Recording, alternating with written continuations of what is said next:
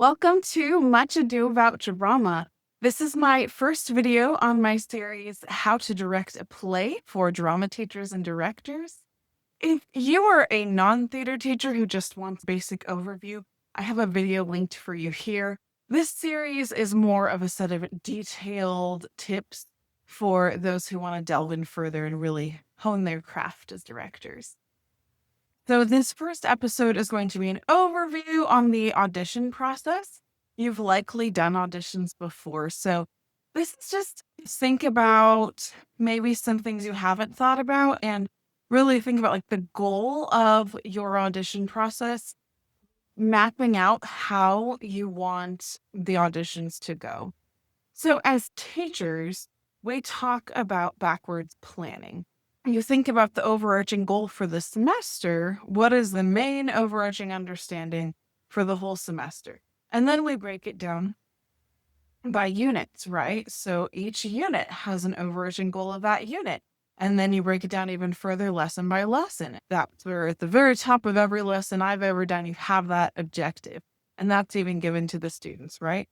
And so if we think of auditions as the same way, what is the objective of our audition process? It's going to help inform how you set up the audition process.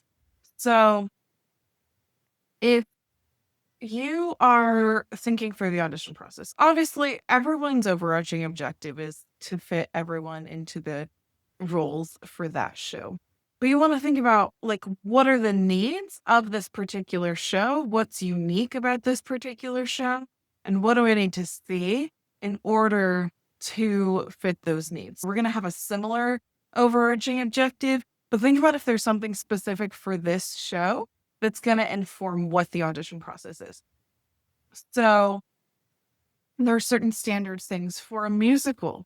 As long as it's a typical musical that's going to have acting, singing, and dancing all primarily featured, you want to see all of those things in the audition process, at least for anyone who needs to do all three of those things.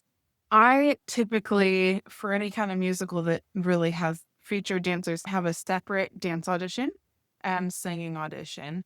And then I do the acting part, the reading of the sides and such at callbacks typically. It just helps the process flow smoothly. When I've done my pre-audition workshops with my students, I've talked about the song as your chance to show your acting skills, the dance as a chance to show your acting skills. And then at the callbacks is when we're actually doing the reading part. Some places, some teachers might prefer to have a song and a monologue or a song and sides read at the initial audition. So that's where, again, you think about what are the primary things you need to see in order to cast this particular show. And that's going to inform what they need to come to the audition with, what materials you need to have prepared.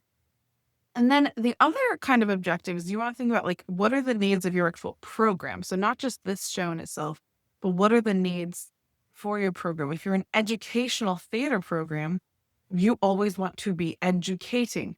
So I like to have an audition workshop or a pre-audition workshop before the shows where we really go through the needs for the audition materials. Like, here's what you need to come prepared with. But I also use it as an opportunity to teach them about skills for auditioning. So I teach them how to slate. I do a really clear example. So to my students, I've always been Mrs. Zakek. So I'm Mrs. Zakek, and I will be singing I Can't Say No from Oklahoma.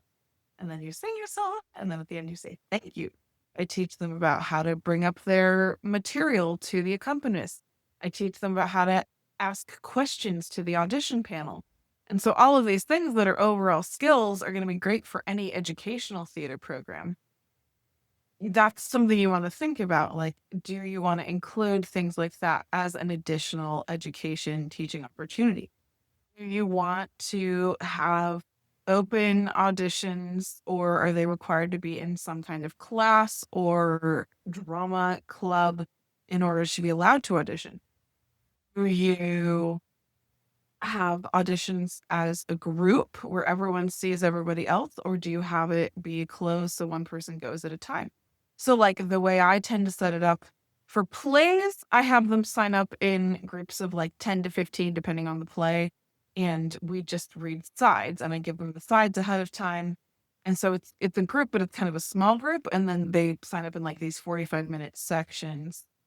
And I see each group come in and cast it that way. For musicals, especially because I know how nerve-wracking singing in front of everybody can be, I usually make the initial singing audition a one-person slot. So they're in 5-minute increments, and one person comes in at a time with a prepared song. And then the dance auditions are a group because that's a little hard to do just one person at a time for dance auditions. But then the callbacks are in a full group. Even with callbacks, do you need callbacks? If you do, how are you going to do them? Are you just going to call back anyone you need who you're considering for certain roles that you need to see more? Or are you going to call them back by role? And so thinking through these things beforehand and deciding how you want it all set up is going to help make for a much more smooth audition process overall. If you found this at all helpful, I would love if you would like and subscribe, and please share it with any drama teachers or directors who you think would find it helpful. Happy teaching, happy directing, and break a leg.